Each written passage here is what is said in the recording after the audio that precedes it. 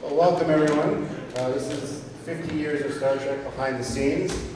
I'm Captain Foley from Trekyards. I'm Connor Tompkins from Trekyards. Wow. And Trekyards is a weekly web series where we talk to the designers of the Star Trek ships and tech and kind of get behind the scenes stuff every week. So we're here to introduce Mr. Rick Sternbach.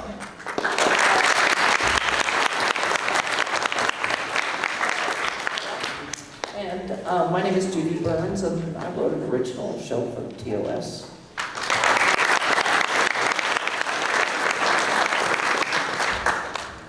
So you guys just want to tell us a little about what you did on the shows, and then we'll probably open up to questions a little bit later.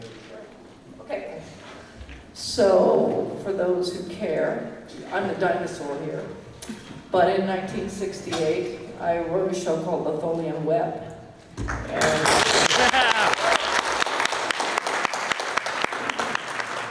And I was very lucky to have someone who knew Freddie Freiberger, who had become the producer of the show, who asked Bobby Jesman to read the script.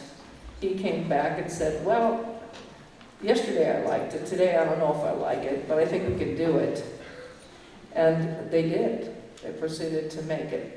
And so from that moment on, I was launched into a career not as an anthropologist, which is what I was going to school for, and into teleplay writing. That Star Trek is the only Trek I ever did. I had another one, but they were already shutting down. And so that's my claim to fame on Star Trek. After that, I was in the business for another 25 years, doing action adventures, shoot 'em up, bang bangs, kids shows. Okay. I'm Rick Sternbach. I started with the franchise in 1978 with the first motion picture. But prior to that, I started doing book and magazine illustration work, science fiction and space things for the New York market, and living on the East Coast. But I got to know a number of science fiction authors who had connections to the original Star Trek. Ted Sturgeon was a terrific friend. I know Harlan Ellison. I got to illustrate the works of Larry Niven, and I got introduced to the science fiction world, and then got into doing artwork for the Star Trek franchise. The first motion picture, was essentially a sort of a reinvention of what was designed for the original series.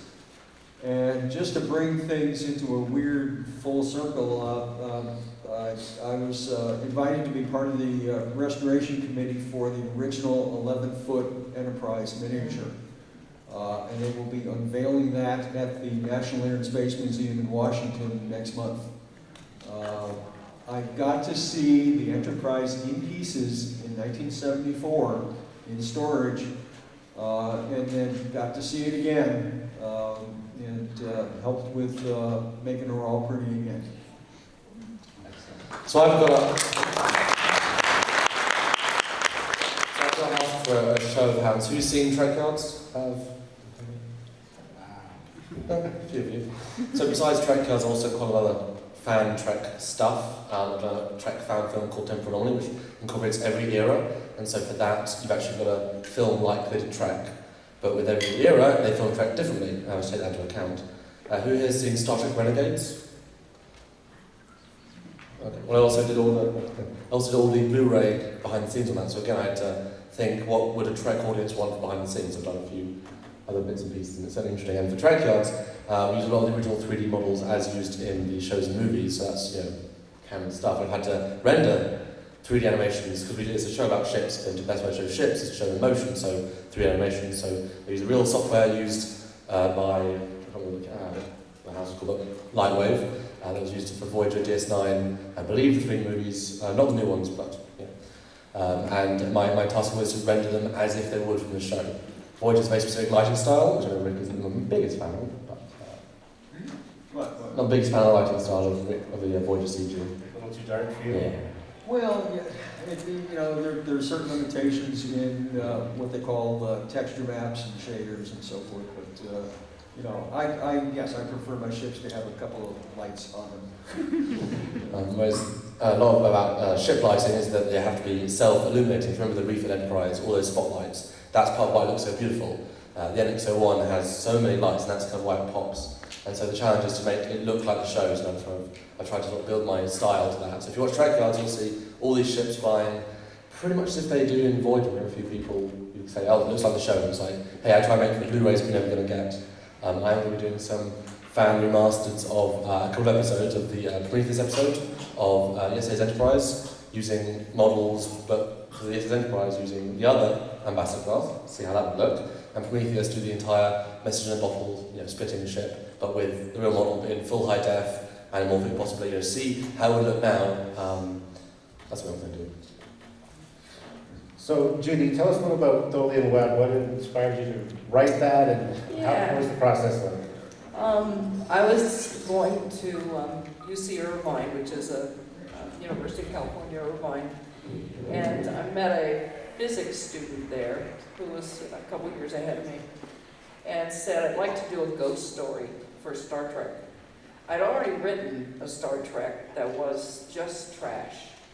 And now that I know a little more, I understand why it didn't work. You had people going from set to set to set to set, just being shot at. And I didn't understand what was wrong with it. But that one got thrown in the toilet. And the ghost story started to take some shape. At the time, I found an agent, so I didn't have to worry about that. I just had to get it in there. The ghost story started out with Spock left behind on the Defiant. And the minute it ran into Bob Justman, he said, well, Kirk is such a schmuck. He wanted to be the one left behind. And so Bill got a nice vacation, and we proceeded to rewrite this script that way. It took about 6 weeks, I think, altogether, between the time they called me. They had, that memo I was talking about was 8 pages long of notes from Bob Justman. And every single one of those notes had to be addressed. And he worked with a story editor. I had a partner at that time, that physicist. And fortunately or unfortunately, he was going off to be an engineer and didn't care. But they said, the engineer's trying to tell us how to run the show, so please don't bring him back. And so this was supposed to be some money for me to do something else, but the show turned out relatively well, and I had the joy of meeting Mike Miner. Did you know Mike? Mike was one of my very greatest friends, and he designed the Tholian Web, and he also came up with the Genesis project, from what I remember him saying, from Wrath of Khan. I have one more story to tell, and then I'll shut up.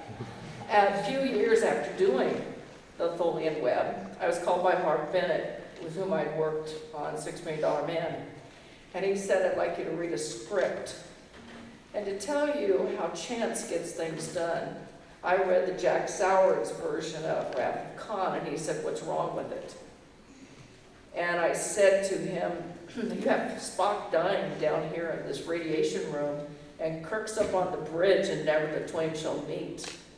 I said, thou shalt not do that. The classic triangle says that Spock is there, McCoy is over here, and guess who has to see his friend out at the end? If you don't, you break every rule. And so they rewrote it that way. I went on to Matthew Starr, saying, I don't want to touch this script because you're going to want to rewrite it anyway. And the scene got shot. I thought it did pretty well. That's Excellent. Hey, let me say one thing about Mike Miner. When I was hired on to the first motion picture, this was after I had met with Joe Jennings, who's the production designer on Phase 2, the second 5-year mission of the Enterprise, when it was still going to be a TV show. And I met Mike, I met John Cartwright, the lead set designer. John Cartwright, father of Angela and Veronica. Another one of the set designers, Louis Splittgerber. These guys were amazingly old school, Yes, they were. and Joe Jennings was, he was honest with me at the time we first met. You know, don't have anything for you. Then a few months later, he calls and says, Paramount's announcing the feature in the morning, do you want to come in? That's the way it happens. And that's the way it happens. And Mike Miner was the lead illustrator. I got to work with him, and you know, we looked at aviation magazines and all sorts of, you know, tech things. And he was good buddies with Bob Burns. I think I met Bob through Mike. And you know, Mike was he was a true science fiction fan, fan of films, fan of literary SF, and I learned. And a great artist. A great artist, and with a lot of uncredited stuff Yes. in the original series.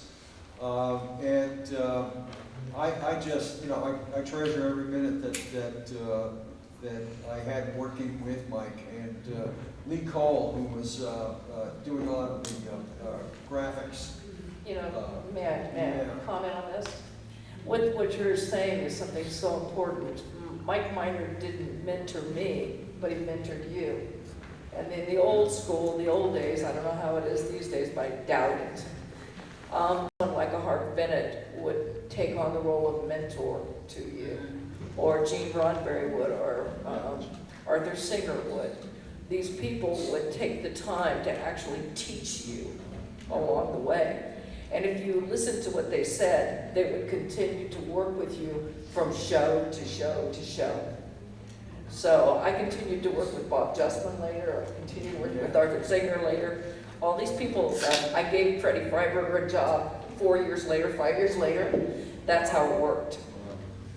And Bob Justman, I learned along the way, you know, I mean, Bob was with us on Next Generation, and I learned a huge amount just talking with him. I learned along the way that Bob had worked with Ward Kimball at Disney on the Disney Man in Space films back in the mid-50s. So Bob and I are walking along one of the alleyways in Paramount, and I said, "You're the reason I became a space artist?" And you know, the threads, just the threads of people, you know, encountering, you know, one another.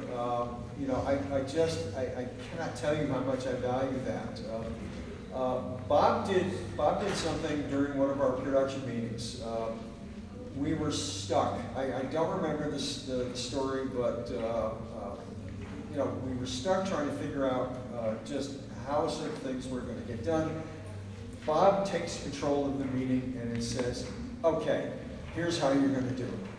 And he gives some assignment to the stage effects guys. He tells you know, the set decoration people how they're going to, you know, do this, that, and the other. And he rattled off all of the different crafts that had to come into play for this one story. He says, "This is how you're going to get it done." And it's like, oh, yes, yes, yes. And It's interesting, he did that with mine too, because they had to lock down the camera to do the ghost, so that everybody would be in a specific place when this thing floated through. And he was the one who said how to do it. Yeah. He was brilliant. And he was on Outer Limits, and you know, I just the stories coming from the people that we worked with at Paramount. You know, the late 80s, you know, for me, the late 70s and the late 80s when we started Next Generation, just an absolutely magical time where everything clicked. Well, I have a quick question. Since this is the 50th of Star Trek, can you guys tell us a memory you have of Gene Roddenberry? He was all over the lot, all the time. I swear, he had a room in a bungalow that was 2 stories, everybody else is down here, Gene's up here. But the thing is that you'd be walking in the lot, and there'd be Gene. And then she goes, well, school's hard. You would go to the other side of a lot. Did we lose it? Doesn't matter. We would go to the other side of the lot, and there'd be Jean. You go to the cemetery next door for a walk, and there'd be Jean. So, he was everywhere doing everything, and he never forgot you. It might be 5 years later or 10 years later. If you met him at Warner Brothers or Columbia or MGM, he would know who you are. He was a great benefactor. I first met Gene in 1974. He came out to Yale University. I was living a few miles away to do a screening of The Cage. And, I found out about this. He was going to be coming to town in a week or so. Well, I just went and called his office. Just, a cold call. I mentioned, yes, I'm a science fiction illustrator. I understand Gene's coming to town. Would it be possible to meet with him for a little bit after the screening? Sat and talked with him for 2.5 hours. He was so gracious with his time. This was barely 2 years after the last moon landing. And there were, the Skylab was up, and the Apollo Soyuz project was in the works, and we talked about space, we talked about the future. He mentioned that he was working to get either another show or a feature together. And it would be another 4 years, but he was just so giving of his time. And 4 years later, we hooked up again at the studio, and I just totally appreciate his support and his vision for the future, and I think we kind of helped tell a few of those stories. Can I follow up again? There are a couple of other names I'd really like to mention again, because I've already said their names once. Freddie Freiberger was one of the nicest men I knew. He is much maligned in Star Trek, and he was a very, very good writer who had written tons of stuff before I ever met him. But he was stuck with a show that had a budget about half the size of the budgets that had been given to them 2 years before. And he managed to pull off a third season with a budget that was a postage stamp-sized budget. And you have to give him kudos for that. He was a kind, gentle man who understood story. The other one is Harv Bennett, who he didn't move in on Gene's territory. He was put there by Paramount, kind of shoved in there like this. And Harv had the cleverness he had been called Little Harvey Fishman. He was a quiz kid when he was like 15 or 16, one of the smartest people in the country. And Harv came in because they were going to do Star Trek The Wrath of Khan as a TV movie. And the only way he could get Leonard to do it was to kill him off. And so he didn't have that idea, but Jack Sowers had that idea. Harv picked up the telephone, called Leonard, and said, how would you like to die in the first scene? And Leonard said, tell me more. And so Jack created a death scene for him, but continued to write the death scene for him farther and farther down the line, which is how you ended up with everybody dying in the first scene, and then coming back and having your adventure. Harv was so good at what he did. He did a miniseries called Rich Man, Poor Man, and many, many, many other things. $6 Million Man, which is where I met him. And he pulled off such a feat that Paramount looked at their copy, their print, between he and Nicholas Meyer. They had a feature film, and it was one of the best ones they ever did. Just in passing. Okay. So I want to ask Rick, Gene obviously left the TV shows to work on some movies, but how much after the fact did you manage to talk to him, or did he talk to you about some of the designs and things you had later on in Voyager and DS9? Did you manage to talk to them? What do you think?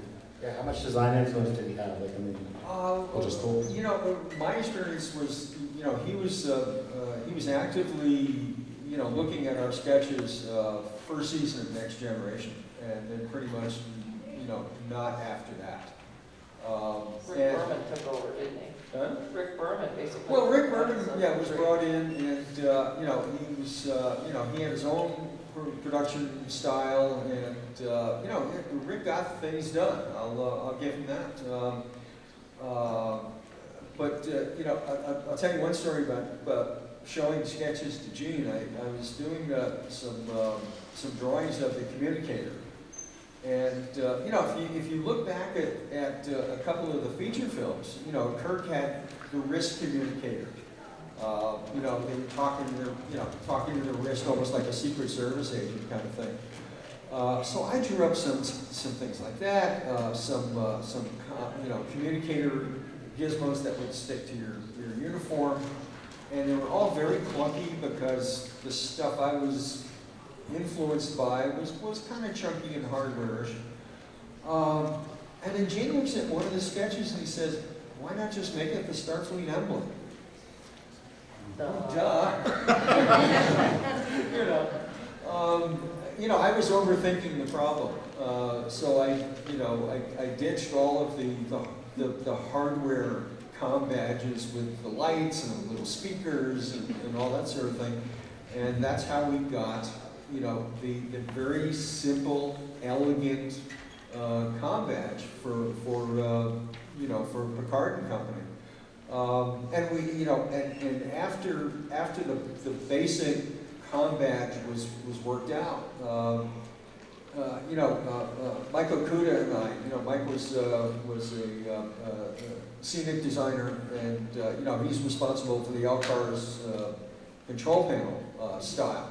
So Mike and I talk tech all the time, and we worked out the procedures for operating the comm badge. You know, if you're on the ship, all you have to do is tap it and talk. And we got into this whole thing of just, you know, using technology in a very comfortable, simple way. You know, we were going to see this stuff week after week after week. So why not just make it very easy for the audience to understand? Sure wish you'd been there when they did that stupid suit on Tholian Web. That was a complicated suit. It was a complicated suit, but they couldn't go to the bathroom. They got stitched into it. I mean, it was really, really amazing. You should have been there, and it would have been better. Although, speaking of Tholian Web, they obviously did a sort of sequel of sorts, an Enterprise. Have you seen the Interior Darkly? What did you think of that? Let's see. Tholians don't look like what they had on Enterprise. They don't look like crab monsters. Yeah, they're not. They look like us, but made out of silicon. So I kind of thought that was, sorry, stupid. I've enjoyed it. I wished I'd made a lot of money on it because they're supposed to pay you every time they do those things, but they don't. Just forgets. But I thought that they've done some nice things with it. Interestingly enough, the Tholians, it was discussed whether we would have another alien race out there in that 8-page memo. They already had 2 of them, and they didn't know if they were going to do a third. And Bob said basically, well, what the hell, if we don't really see them very much, they're just out there. It would be nice to have something that's just out there. So they got left in, and apparently they've made comic books and dishes, and all kinds of other kind of merchandising things that makes the studio money. and interestingly enough, there's actually, the Tholians have been really, well, not fleshed out, siliconed out, I guess, in side cannons such as facets and stuff, paddles and stuff. What do they look like there? Well, there's different casts, so there's ones that look like you described and ones that look like they have an Enterprise, so. Hey, maybe they got different kinds of races on the planet, who knows? And interestingly enough, that was our 100th episode on Trekyards, is focusing on the Tholian race, so I'd like to thank you for introducing me to Star Trek. Well, thank you very much. Can I say one thing about Gene Roddenberry? You know, Gene cared about women, and he cared about young. And, you know, in the 3rd season, he hired 4 young writers who had never done anything before. He took the time to decide that these people actually could do the show. And they did not rewrite you. Now today that's impossible. You know, the staff writer's gonna put their name on that piece no matter what. But Gene really cared about the writer's integrity. He'd come from Westerns. And he cared strongly that the writer get a chance to write the words that were on the page. So you have to give him kudos for that. Today you might not get that.